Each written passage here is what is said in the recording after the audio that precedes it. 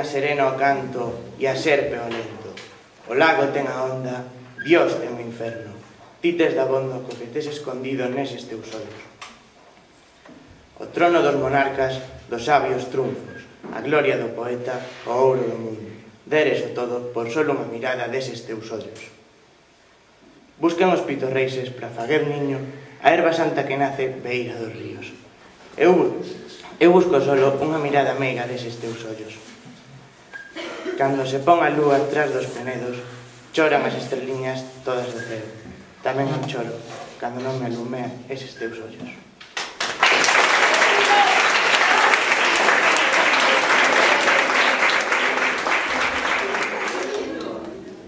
Mentre escoitabades este poema do gran poeta Curros Enrique, decataríades vos de que emprega moitos elementos e conceptos dos ámbitos da natureza e da mitoloxía.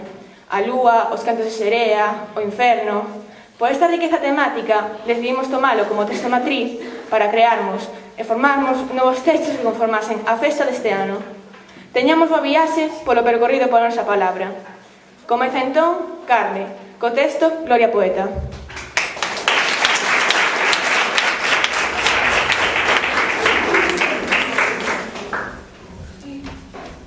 Ola, isto non foi cousa miña, de verdade.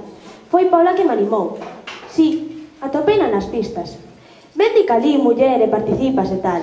Eu ni me acordaba de que hoxe era a función esta a festa da palabra. Participas. Como se fose tan doado. Eu vou de falar... Sí, cos amigos e na casa e iso, pero así en público dame moita vergoña. Enrédome e non me sen as palabras. Ou se me saen, encerellome e digo no sitio que non é. Sí, de veras, un desastre. Admiro esas persoas que son quen de falar tempo e tempo con toda a tranquilidade e sen atrancarse, coas palabras enfiadiñas e no seu sitio, bla, bla, bla, como se estivesen facendo playback dun discurso grabado. Os políticos, por exemplo, unhas máquinas, pregunta-resposta, botan horas, e todos teñen razón.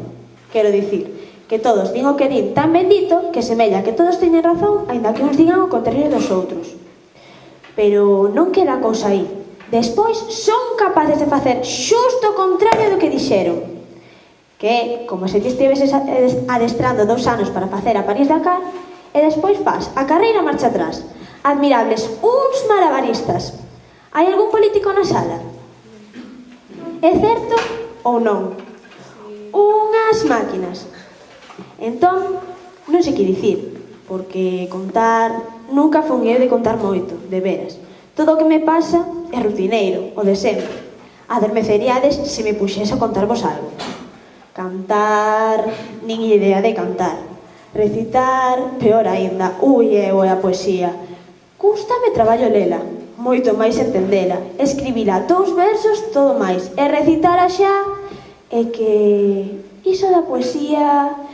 Que difícil ten que ser iso de escribir poesía. Admiro tanto o poeta como o político, crédeme, porque algo teñen en común. Ambos os dous son meigos. O político esforzanse en facer un discurso moi claro para engaiolarte e despois facer xusto o contrario que dixo. O poeta esforzase en encerellar o discurso para que ti entendas xusto o contrario que escribiu. Estaredes de acordo comigo en que os poetas son de outra pasta. Para min, xo son de pequenos. Sí, son pequenos sabios que, non canto diren acadando metas como calquera de nós, acadan triunfos. Un triunfo, outro triunfo, ata chegar a cadar a gloria. Isto que dixen queda moi serio, moi filosófico, non? Volvendo de antes. Os poetas son diferentes. Aí dentro teñen algo. Teñen que ter unha luz que lles permite ver perfectamente as palabras para colocalas onde lles dá a gana e como lles dá a gana. Para que ti entendas xusto o contrario que lles dá a gana. Que eu tamén teño unha luz interior? Non digo que non. Pero a miña debe ter moi poucos votos. Debe ser unha luz destas de emerxencia. E a deles ten que ser algo así como as do Camp Nou. Como vou der eu atopado as palabras para facer un poema cunha luz tan cutre? Compréndese, non? Así que nin contar, nin cantar, nin recitar, sinto. Outro ano intentarei facer un monólogo e verei o que sai. Desculpade.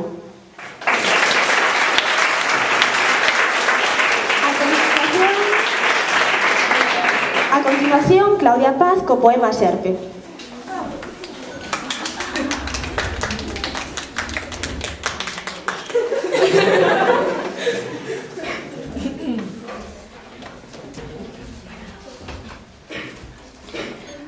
A cidade muda de pel como unha serpe abrupta. Corazón. A cidade corazón. O corazón da cidade vai cambiando de color, como unha serpe, cambiando de color.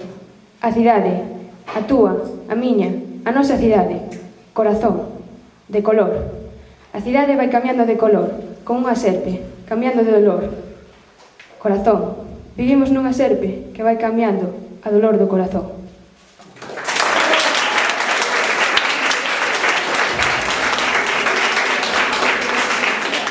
Ora María co seu texto.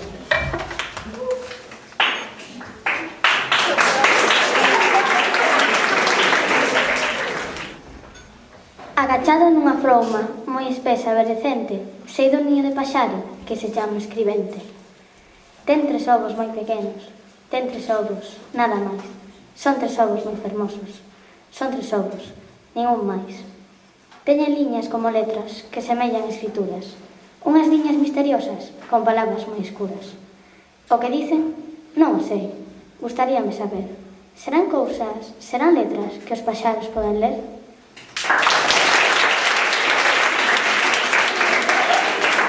E agora Elena, co tema Estrelas.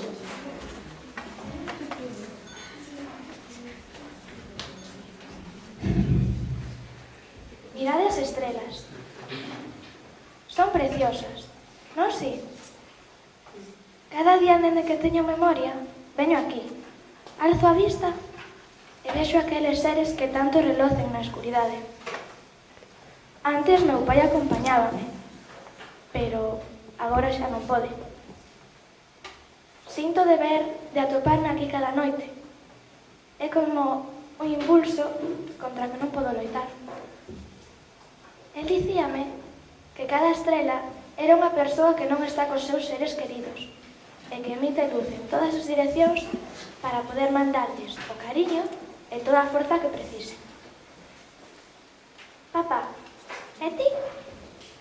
Cal serás?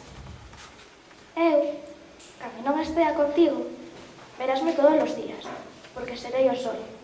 Así, cada vez que vexas a súa luz, saberás que nunca me separarei de ti.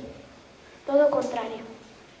Cada día relucerei tanto como poida para que nunca olvides que sempre permanecerei contigo, dándote a forza e todo o cariño que precises. Canto me acordo del. Facía imposible por axudarme. Botaba a man cos deberes, levábame de compras, ensinou a andar na bici. Bueno, o que un pai faría pola súa filla. Gustaríame que puidese vir a ver as estrelas comigo esta noite. Noto que non son a mesma desde que me deixou.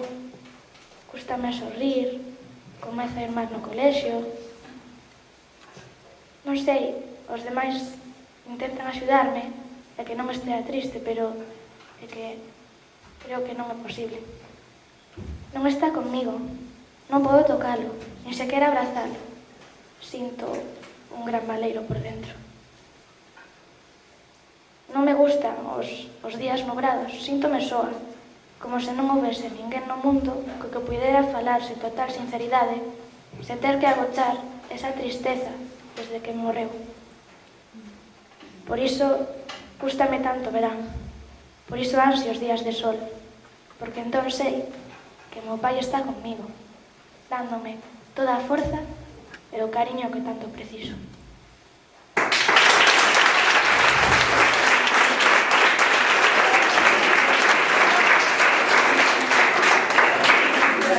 Agora vai a recitar Alejandro García o poema Beira do Río.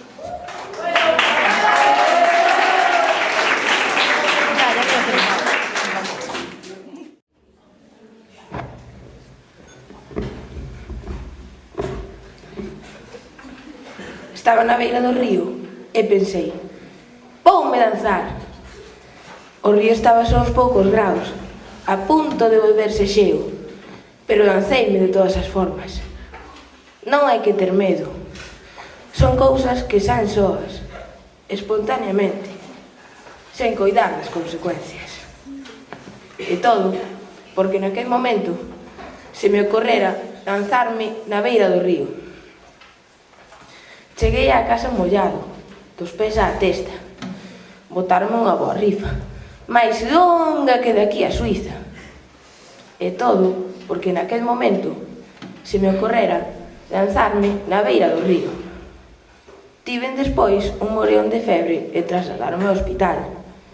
Nunca pensara nunha cousa tal. E todo porque naquel momento se me ocorrera lanzarme na beira do río. Trouxeronme agasallos. Volvín para a miña casa uns días despois. Gustaronme tanto os agasallos que morro por volver a lanzarme na beira do río.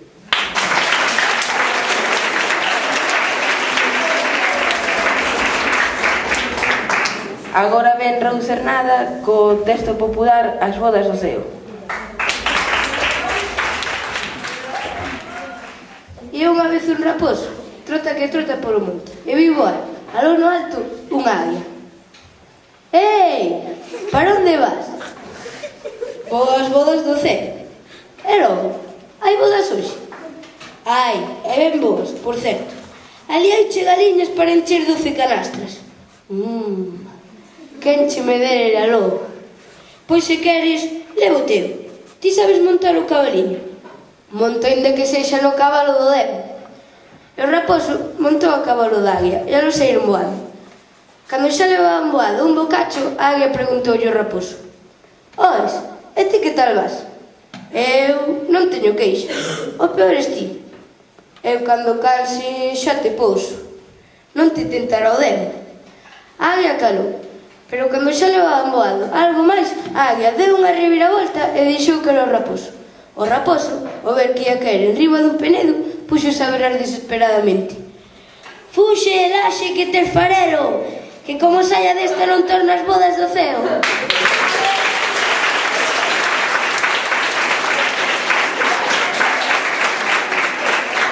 Agora, chamaralle que os compañeiros con unha mirada en teus ollos.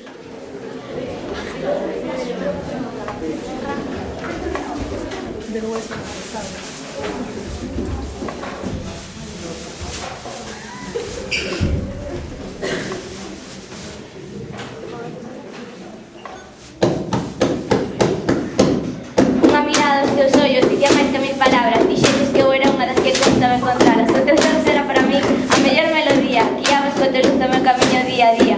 Con todo o teu presenta consiguiendo cara ao ceo. E agora que todo o conto rematado, por ti, por mí, por un amor moi apagado. Agradeceche verdade todo o que vivimos, os bos e malos ratos e todo o que sentimos. Eu apóiote, quero que sexas feliz, esteas co quen esteas. Non te preocupes, eu serei non sempre que ti o sexas.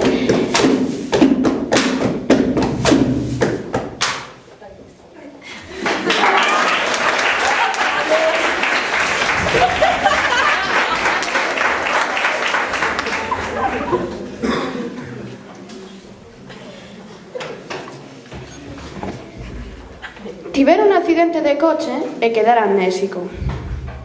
Era como se aterrase noutro planeta. Non recoñecía lugares, obxetos, nin sequera as persoas da familia. Tiña medo, sentíase totalmente perdido. A recuperación foi moi lenta. Houbo que empezar de cero, como se volvese a clase de parvuliños, que non lembraba tampouco, claro. Que pena esquecer iso, non? Co ben que se pasa en infantil, sen exames ni nada, todo o día a xogar. Sigamos. As palabras máis sinxelas eran totalmente descoñecidas para él, e non digamos escribilas, nin sabía coller o lápis. Dende o principio da terapia van case 2 anos, e agora xa está moito mellor. De todos os xeitos, ten que preguntar de seguido polo significado de palabras novas. Agora xa non se atopa nun planeta extraño. É como se estivese noutro país aprendendo unha lingua nova. Claro que el tampouco que sabe estar noutro país nin aprender outra lingua. Bastante ten o pobre co galego e con non perderse polas roas da súa vila. Onte na televisión escoitou como falaban do monarca ao mesmo tempo que amosaban imaxes de don Xoán Carlos. Non entendía. O seu fillo pequeno explicoulle que o monarca era o rei e quedou tranquilo, porque esa palabra xa tiña controlada.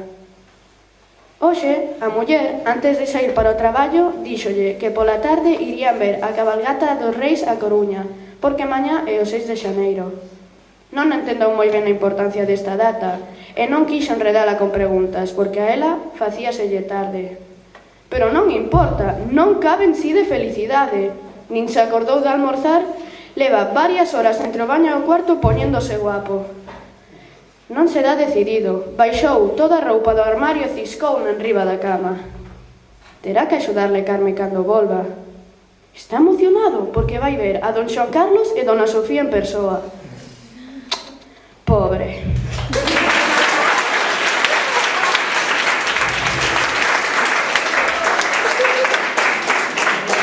E a continuación un compañeiro da ESO recitará o poema Dende que non me alumean eses teus ollos.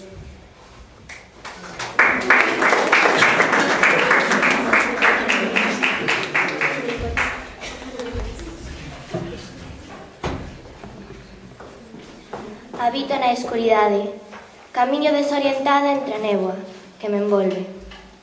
Respiro negra ausencia, aliméntome de pena, que me enche, que me afoga. Vivir é un duro traballo, razoar un esforzo inútil. Non podo máis que pensar no que foi e non será. Non atopo acougo nas vaguas, nin a saída do inferno, porque xa non me alumean eses teus ollos serenos. Desde que non me acompañan eses olliños de mel, deixou de xirar o mundo, deixei de avanzar con el.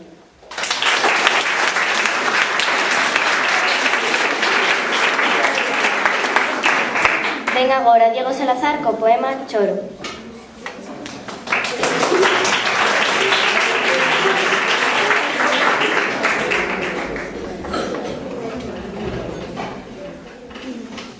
Cando choro, fago sempre sobre os mapas, para que chova sobre as cidades preferidas. As cidades dos mapas, aquelas que se poden percorrer co perfil perdido da mirada, abarcalas todas, ou vivir en todas e en ningunha. Son as cidades dos mapas, as urbes, os que sempre choro cando estou desconsolado.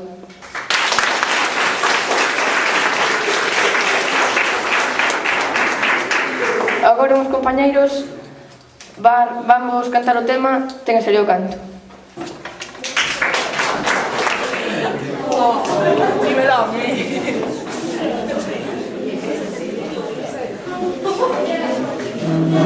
Sen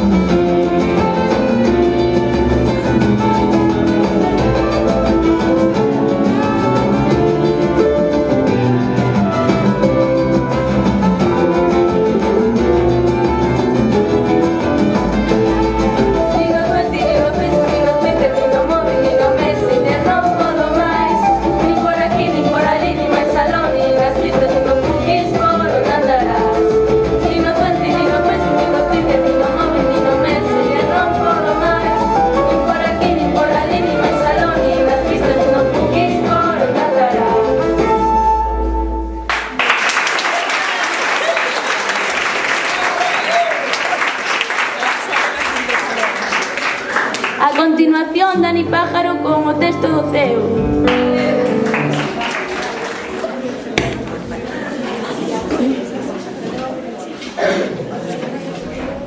Vai polo monte o camiño, volteando como un louco, polos caborcos do val e as poxas do tramouco.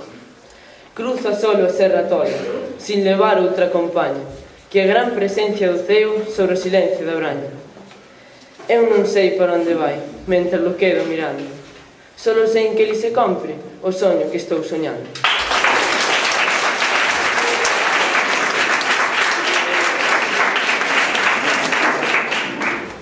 E a continuación, Óscar co poema Mirada Meiga.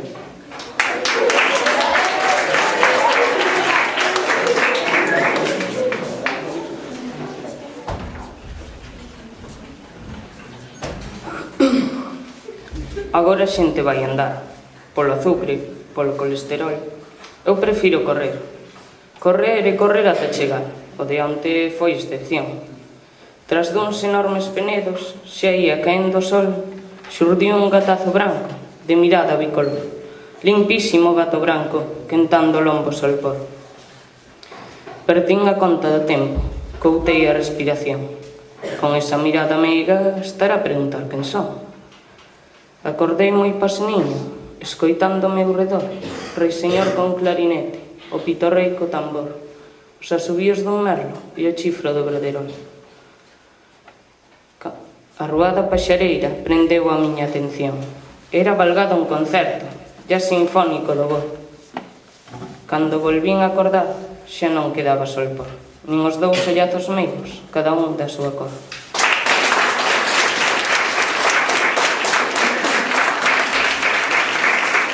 Agora Ignacio Gantes con Deus e Inferno.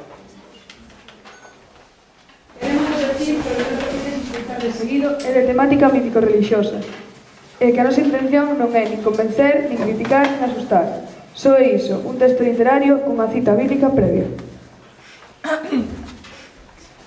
Pero eu digo que aquel que se anoxe co seu irmán será culpable diante dos tribunais. E calquera que lle chame insensato seu irmán será culpable diante da Corte Suprema. E calquera que diga idiota será merecedor do lume do inferno.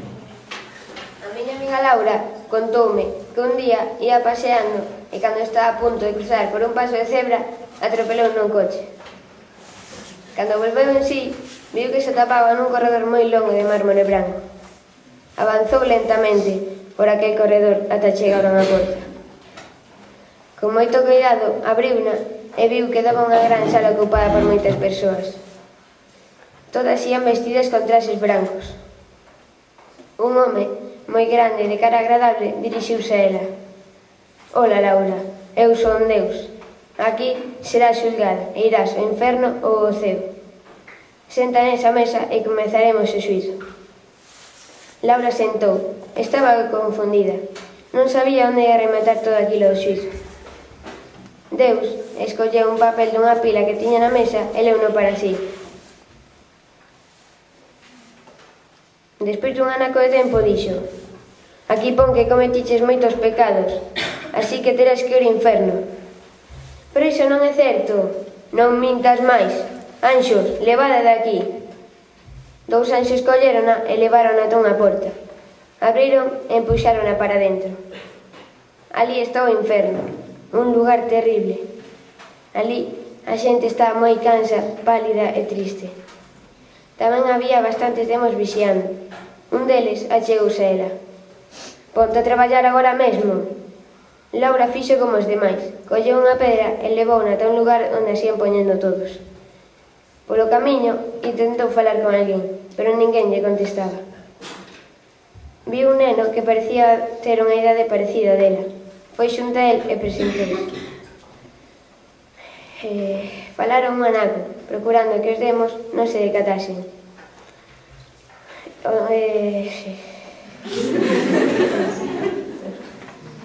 Xoan, o rapaz, confesoulle que lle pasara exactamente igual que a ela, pero que había unha posibilidade de seren de alí. Oíralle dicir un demo que se deuse catado o seu erro, abriría unha porta para que pudiesen sair. Xoan folle a dicir a Laura todo o que escoitara. Xoan escoitou outra conversa entre demo. Falta moito para tapar entre o ceo? Si, aínda falta, porque esta xente traballa moi a modo e é moi débil para levar pedras máis grandes. Xoan folle dicir a Laura todo o que escoitara. Non se decataran de que estaban traballando todos para tapar aquela entrada que os podía levar ao ceo. Os dous decidiron que teñan que pasar por aquela entrada antes de que cerrasen por completo. Ese mesmo día xa o intentaron. Agocháronse detrás de unha pedra das que ninguén podía carretar e esperaron a que o demo vixiante estivese distraído. Cando o demo adormeceu, os dous aproveitaron para sairen dali. Os dous apareceron no xulgado do ceo, onde agora só estaba Deus, que lles dixo con aquela cara agradable, pero moi apesarado: sinto moito, confundíme de papéis, vos non tiñades que ir ao inferno, foi un erro. Por todo o que tivestes que pasar e valentes que fostes, vou vos deixar volver á terra. Laura despertou na súa cama e preparouse como decote para ir ao colexio. Cando chegou, a profesora presentoulles a un neno que se chamaba Xoan. Era exactamente igual co do soño.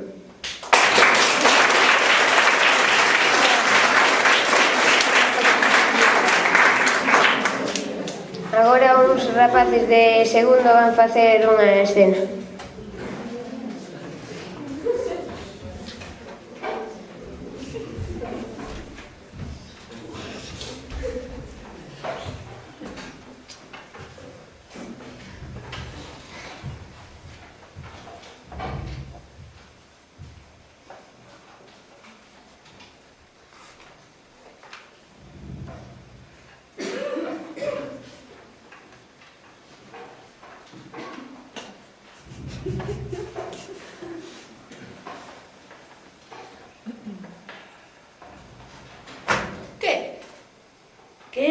De que? Nin saúdas. Parecemos dous alleos. Non teño nada que dicir. Iso que ten que ver? Se non teño nada que dicir... Para falar non foi falla ter nada que dicir. Como que non? Pois como que entre dúas persoas coñecidas non foi falla ter nada importante que dicir para falar. Digo eu. Este? Digo eu e dio calquera. E non foi falla dicilo. Que de sentido común. Iso do sentido común? Quero falar. Pois fala. E con quen falo? Coas cortinas? Coa cadeira? Por min. Non estou tan mal ainda como para falar soa. Por min. Por ti xa vexo que che daría igual que estivese tola como para falar soa. Que por min podes facelo. Facer o que? Falar soa, se cho pido o corpo. Pensei. Iso xa me parece mellor, ves? Que pasa? O de pensar. No canto de falar, podes pensar. Non é igual. Que é o que non é igual? Non é igual pensar que falar. Interesante. Pensar, claro que podo pensar soa. Para falar preciso alguén. Pero teño necesidade de falar. Pola contra, non teño necesidade de pensar. Compréndesme? Se reparas, son accións complementarias. Interesante. Para falar, hai que pensar, non? Non é preciso. Podes decir parvadas e non o faz. Que importa dicir parvadas entre amigos? Isto non é un exame final, digo eu. Non sei que che diga. Calquera cousa, só quero falar. Váleme calquera tema. É perigoso. Onde está o perigo de falar de calquera tema? Acostumas a dicir parvadas cun amigo e despois dis parvadas con calquera e a calquera hora. Ti si que és perigoso. Deberías a facerte a pensar. Proba. Pensa en realidades moi diferentes, arredadas e inconexas. Oh, arredadas, inconexas. Que interesante. Eu teño feito. Resulta divertido. Seguro. Aquela cadeira, por exemplo, a Praza do Parchís, Fernando Alonso, as ondas do lago Constanza, o Eroski, eu que sei. Así que esa é a tua maneira de te divertires. Divírteste e non precisas a ninguén. Pasas o tempo, exercitas as neuronas e non a parvas, falando por falar con propósito. Ah. Eu fago cando non teño nada que dicir, ou cando non podo dicir nada, a consulta do médico, por exemplo. Pois teño médico con esas parvadas. Na sala de espera, muller. A última vez tiven que agardar hora e media que me atendese. Estaba a sala a reverter. Que ia facer? O móvil.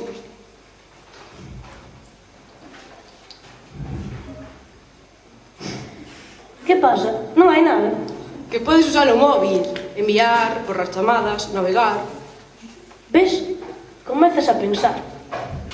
Un invento isto do móvil. Pois sí. Que facía a xente cando non había móviles. Eu que sei. Falar, supoño. Iso tamén o faz co móvil. Pero non é igual. Unha cousa é falar e outra falar polo móvil. Como facían as nais para ter controlada a ruta dos seus fillos un domingo pola tarde? Como facía un tío como a min para quedar coa rapaza do ático ao redor das 7 da tarde e que ela non se demorase máis dunha hora? Xa estou machista. Como facían os rapaces para ir ao supermercado, mercar as servilletas e se encargaba a boa e atinar na compra? Brancas ou de cor?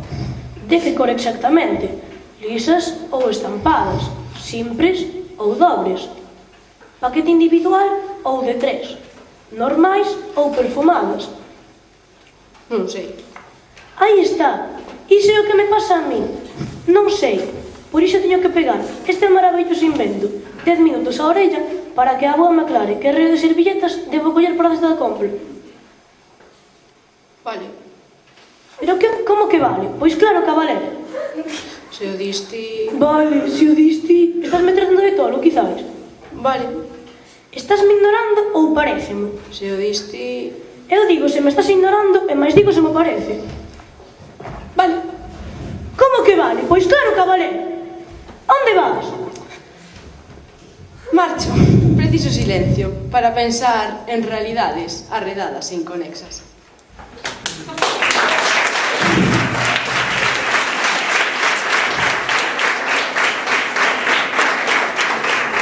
Agora sairá Carmen e Melissa a recitar o poema A Lúa.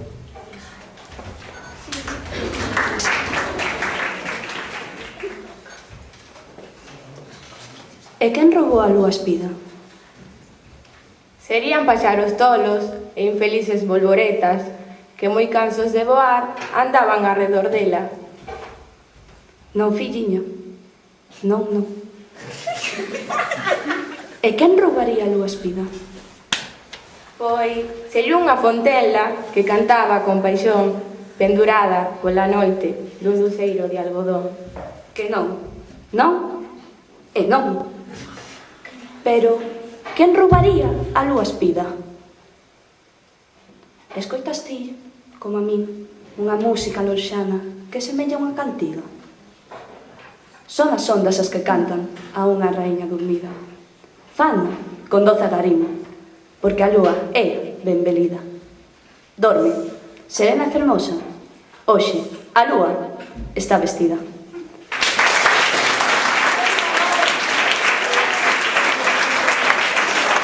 E agora ven o noso compañeiro Martín Lago coa cantiga do Neno da Tenda.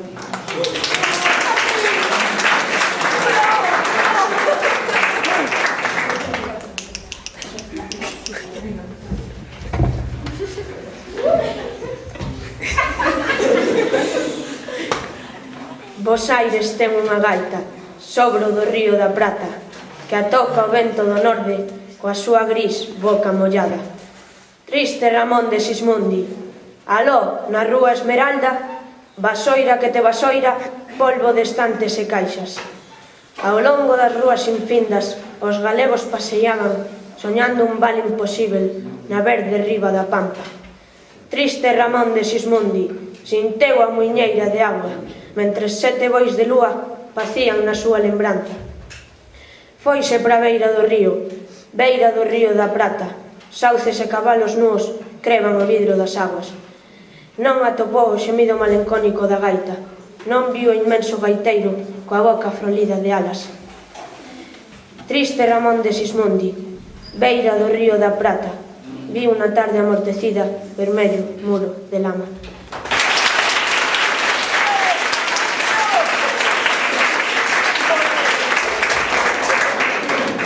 Agora a miña compañeira Esther Ríos vai nos facer unha actuación.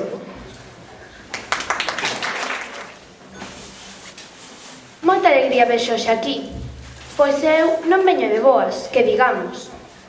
Levo uns días de mal xenio. Non son eu, estou farta desta situación. Son as vacacións.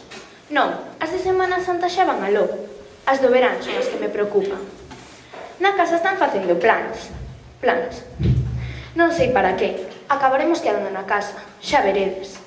Este ano non penso ir. Quero pasalos coa panda. Temos cousas organizadas. Pero, muller, non vas quedar xa na casa. Son 3 semanas. Como vas? Sí, eu amáñome, non hai problema. Deixade a neveira chea que... Non pode ser, Paula. Daquela vai cos avós. Cos avós? Non eres que teño plans coa panda? Non hai maneira de baixala da burra. Que non? É que non? Pois xa me vexo outro ano no apartamento dos tíos en Torrevieja. O neno sentalle moi ben a praia. O mesmo lle abre apetito. É unha maravilla como merenda esta temporada.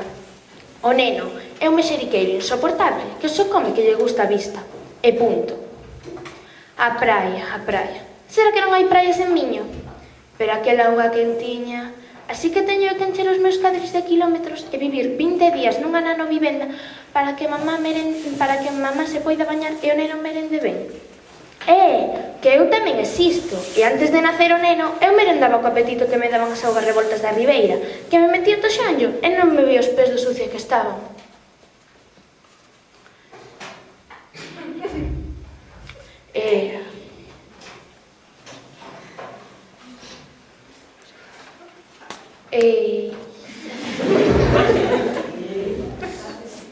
E non queda aí a cousa, xa veredes. Esther, proba estas zapatillas que a tua irmá xa non lle serve.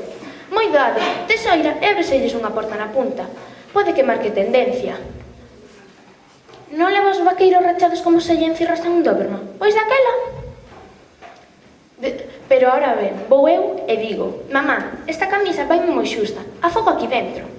Pois eu aínda vexo que da tua talla. Aproveita algo máis, Esther, que para o teu irmán non vale, que ben se ve que de nena.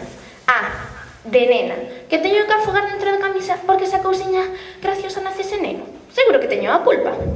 Pois mercade dos adhesivos e antes de cars e poñede un por diante e outro por detrás. E despois do verán? Despois do verán, o inverno, o noso inverno. Chuvia, frío e chuvia.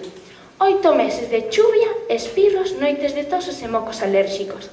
Esther, se non te coidas, aprende de tua irmá. Ela anda abrigada, e leva paraugas cando lle fai falla. Miña irmá. A miña irmá leva no médico con nada que lle doe a cabeza. E a mí, iso che da alerxia. Espirras, é da alerxia. Toses, é da alerxia. Tes algo de febre, iso che da alerxia.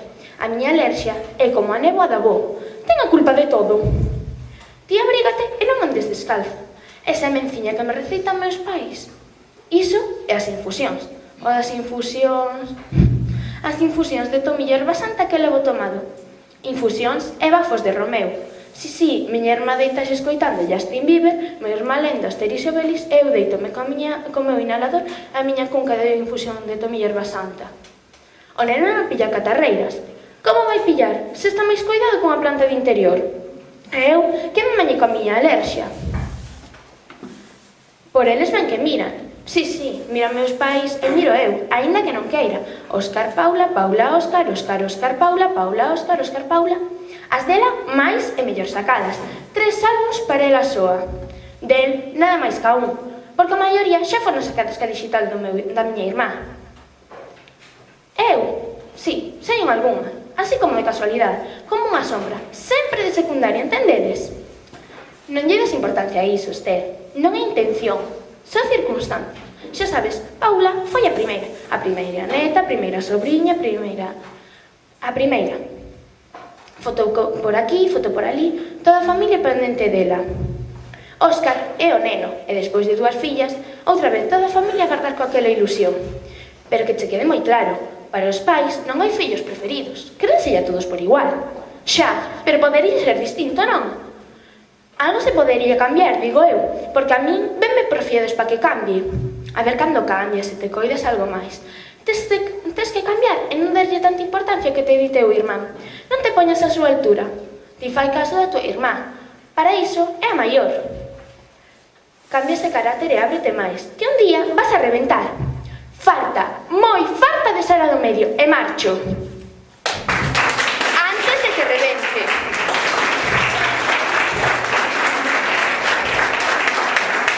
E agora a miña compañeira Paula vai vos recitar un poema.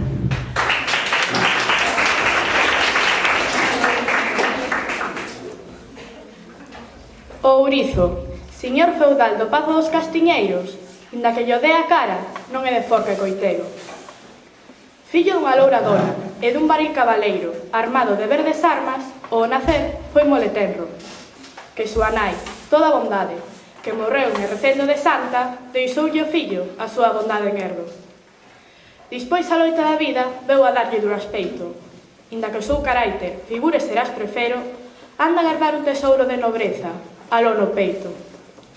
No señorío dos outos, onde o ourizo ten os servos, todo é paz e liberdade, le dice a contentamento. Inda que rendas non cobre, no butono de ouro vecheo, o seu verdecente pazo ao ourizo, pon cabaleiro. E cando olla tal tesouro ourizo, que xa vai vello, sorrí, e o sorrir amostra a nobreza do seu peito, espallando ouro bondades ante os seus ditosos servos.